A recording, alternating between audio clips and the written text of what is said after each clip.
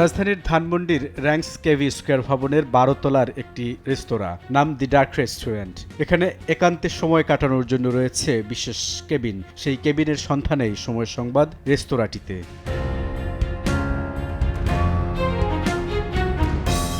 একটি দুটি নয়, ৭টি কেবিন। প্রতিটি কেবিনের জন্য রয়েছে আলাদা দরজা।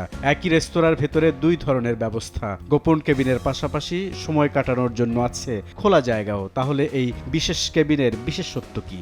দি ডার্ক রেস্টুরেন্ট নামের সঙ্গে অদ্ভুত মিল রয়েছে এই রেস্টুরেন্টটির। সাধারণত একটি রেস্টুরেন্টে এরকম কেবিন দেখা যায় না। এই রেস্টুরেন্টে অসংখ্য ছোট বড় কেবিন রয়েছে এবং ২ মাস আগে এই রেস্টুরেন্টে ধর্ষণের ঘটনা ঘটেছে। ধর্ষণের শিকার নারী মামলার ইজাহারে উল্লেখ করেছেন ফেসবুকে বছরখানেক আগে পরিচয় হওয়া সৈকত ঘটক নামে এক ব্যক্তির সঙ্গে গেল ১০ ফেব্রুয়ারি তিনি এসেছিলেন এখানে। সৈকত স্পেশাল ডিনারের দাওয়াত দেন।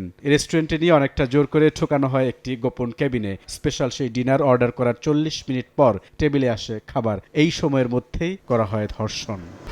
১, ২, ৩ ঢাকায় জমি জিতে নিন ১০০% ক্যাশব্যাক সহ ২০ কোটি টাকার পুরস্কার।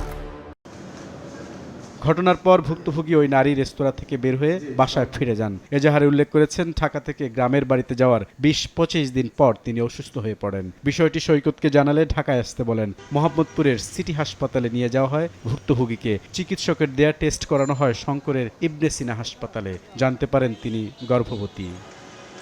বিষয়টি জানার পর গর্ভপাতের জন্য চাপ দেন সৈকত ঘটক। পান্থপথের একটি ডায়াগনস্টিক সেন্টারে নিয়ে ডাক্তার দেখিয়ে গর্ভপাতের ওষুধ খাওয়ানো হয়। ২ দিনের জন্য তারা পান্থপথের এই হোটেলে ওঠেন।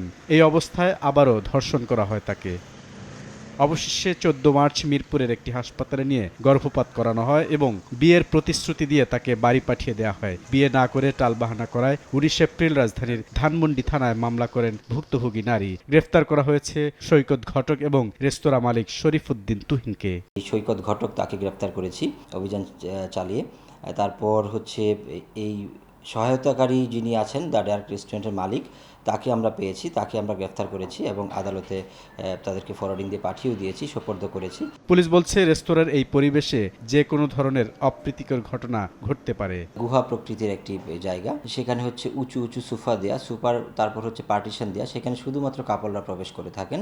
মুখোমুখি বসারও জায়গা নেই, কাপড়রা পাশাপাশি বসবেন, একটা সোফা সিস্টেম বেড বলতে পারেন। প্রাথমিকভাবে মনে হয়েছে যে কিছুটা প্রাইভেসি পেয়ে এখানে যে কোনো ধরনের ঘটনা ঘটতে পারে। এ ঘটনায় আর কারো সম্পৃক্ততা আছে কিনা তা খতিয়ে দেখছে পুলিশ। বুলবুল রেজা, সময় সংবাদ, ঢাকা।